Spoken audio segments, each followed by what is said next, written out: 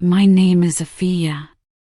I'm 24 years old, and today was supposed to be my wedding day. Strange, isn't it? How one single day, one event, one moment can become the center of your entire world. You plan it for months, sometimes years. You hear about it from the time you're a child. Your whole life is built around it. And yet, when it finally comes, it feels like a prison door closing. I'm not here to give you a fairy tale. I'm here to tell you why I left my wedding. But before I explain what happened today, I need you to understand who I am and who I used to be. I was born in a small town, one of those places where everyone knows your name, your father's name, and what color bangles you wore at your cousin's wedding 3 years ago. A place where reputation is more important than truth. Where girls are taught to be soft, obedient, and small in dreams, small in opinions, small in life. I was a quiet child. Too quiet, maybe. Always observing, always wondering. I never liked crowds. I loved books, silence, and rain. I loved painting faces that looked nothing like mine, faces that were free, wild, and brave. But I wasn't brave. Not really. Not when I was 12 and an uncle touched me inappropriately at a family function and I said nothing.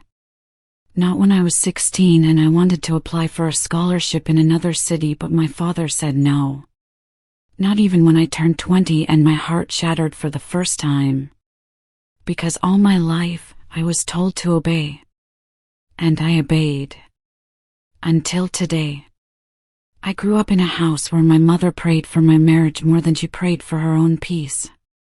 A house where love was never spoken about, only survival.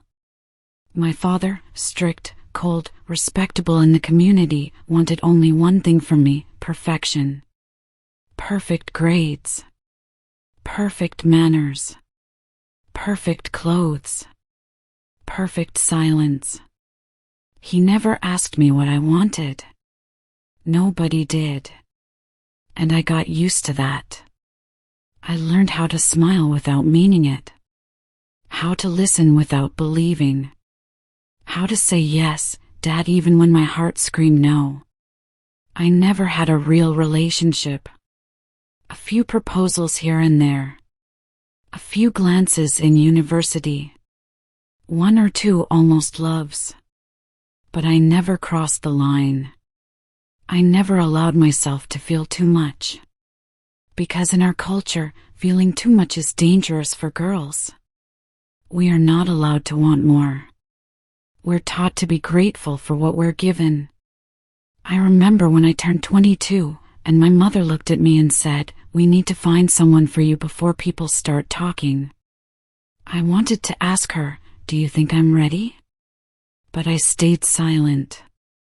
2 months later, they found him, my groom. Tall.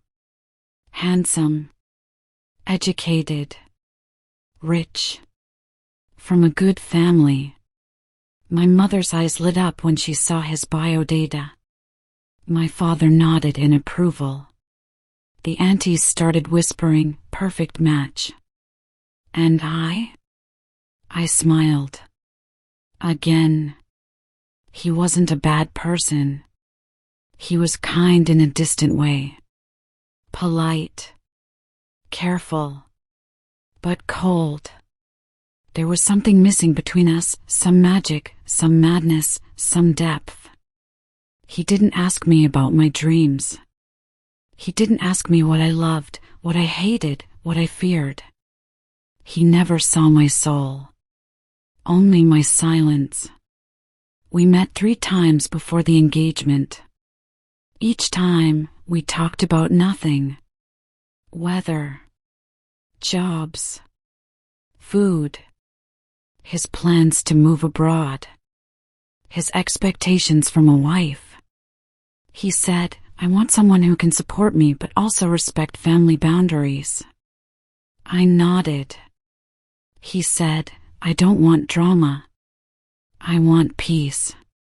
I nodded again. But inside, I was screaming. What about my peace? Still, I let the engagement happen. Because saying no felt like a betrayal to everyone around me. My mother was finally smiling again. My father was proud. The neighbors were jealous. My Instagram was full of congratulations. How do you break so many hearts just to save your own?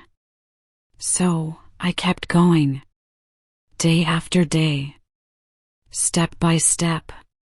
Like a girl walking to her own grave with glitter on her face. I watched myself being prepared like a doll. Skin polished. Hair styled. Clothes stitched. Jewelry bought. A stage built for a bride I didn't recognize. And then, today arrived. The big day. My wedding day. The hall was beautiful. Gold drapes, crystal lights, 1,000 eyes watching. My friends were giggling in the dressing room. My mother was emotional. The makeup artist was applying the final touches. But I was frozen. Inside, I was cold. I looked at myself in the mirror, heavy dress, flawless makeup, Mindy dark as night. And I thought, who is this girl? Not me. Not anymore. I sat there for a full hour, staring at my reflection, trying to convince myself that I could survive this marriage. That maybe I'd grow to love him. That maybe, just maybe, this was my destiny. But the more I tried to breathe, the more it felt like drowning. And then, something snapped. I stood up. Removed the veil. Looked around the room. Nobody noticed. They were too busy preparing for a celebration. And I was preparing to run.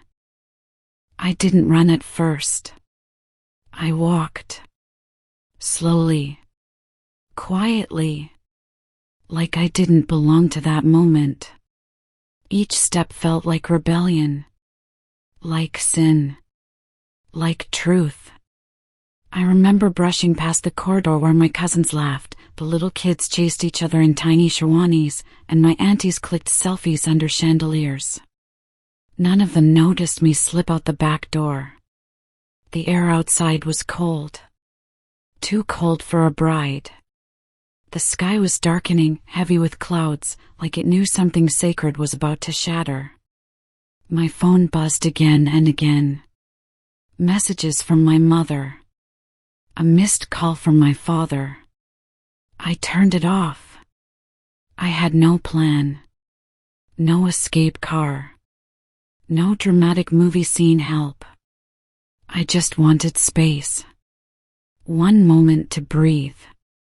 1 second where I could feel like a human being, not a puppet in a costume. I walked to the nearest road and sat at a bus stop. No makeup remover, no flats, just a girl in bridal heels, sitting like the world had ended, and maybe it had. I stared at the streetlight flickering above. I wasn't scared. Not anymore.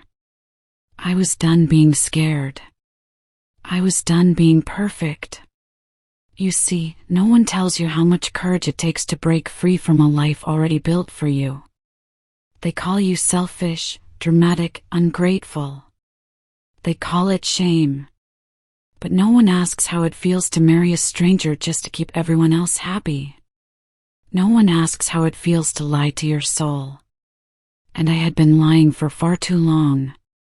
After about 30 minutes of silence, a voice beside me said, "You look like you just ran away from your wedding." I turned. An old man, probably in his 70s, sat beside me with a plastic bag full of bananas. His eyes twinkled with mischief. I smiled. I did.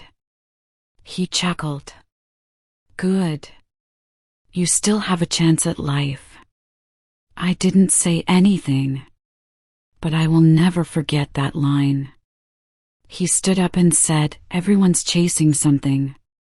Don't forget to chase what makes you alive." Then he walked away. That stranger reminded me what no family member ever did. I was allowed to choose my life. I stayed at that bus stop till midnight. No one came looking for me. No one called. And that silence confirmed what I always knew deep down: my absence was more shameful than my presence had ever been valuable. I wasn't a daughter anymore. Not to them. But that night, for the first time, I became someone to myself. The next few days were hell. Let me not sugarcoat it. They didn't welcome me home. They didn't even open the gate. My mother cried like I had died. My father didn't speak to me at all. My uncles called to scream at me. My elder cousin said, "You've brought dishonor to the family. No one will marry you now." Good, I thought. That was the point. I stayed at a friend's place for 2 weeks. My name was dragged in every family WhatsApp group, every Facebook status. They said I was possessed. Mentally unstable. Influenced by modern feminism. But nobody asked me why. Nobody asked what it felt like to suffocate in a marriage I didn't want. And still, I didn't break. Because for the first time, I was living for me. I applied for a job at a publishing house. Something I always wanted to do. I started painting again. My therapist said, "You've been living in survival mode your entire life. Now it's time to feel." And I did. I cried every night. I missed my mother's cooking. I missed the smell of my room. I missed being called our pride. But I did not miss the wedding. I did not miss the man. And I did not miss the version of me that would have smiled through a fake life for the next 40 years. Months passed. Slowly, painfully, beautifully. I built a new life, brick by brick. I made new friends. Started reading poetry again. Went for long walks without explaining to anyone why. The world kept spinning. My old relatives moved on. Someone else got married in the same hall where I had left. And me? I learned how to love my own company. It wasn't always easy. Sometimes I'd see a bride on Instagram and wonder, did I make a mistake?